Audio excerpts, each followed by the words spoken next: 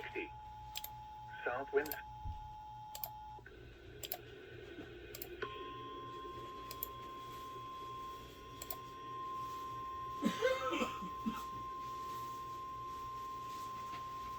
The National Weather Service in the Twin Cities has issued a severe thunderstorm warning for western Douglas County until 4:30 p.m.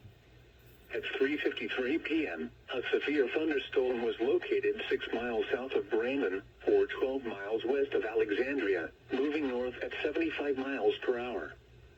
Expected hazards include ping-pong ball-size hail and 60 miles per hour wind gusts.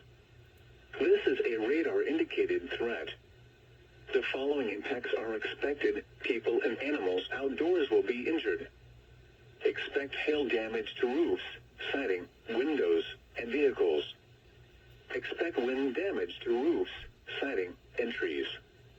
This severe thunderstorm will remain over mainly rural areas of western Douglas County, including the following locations: Holmes City, Garfield, Millerville, Melby, and Leaf Valley.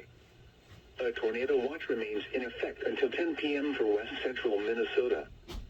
Remain alert for a possible tornado. Tornadoes can develop quickly from severe thunderstorms.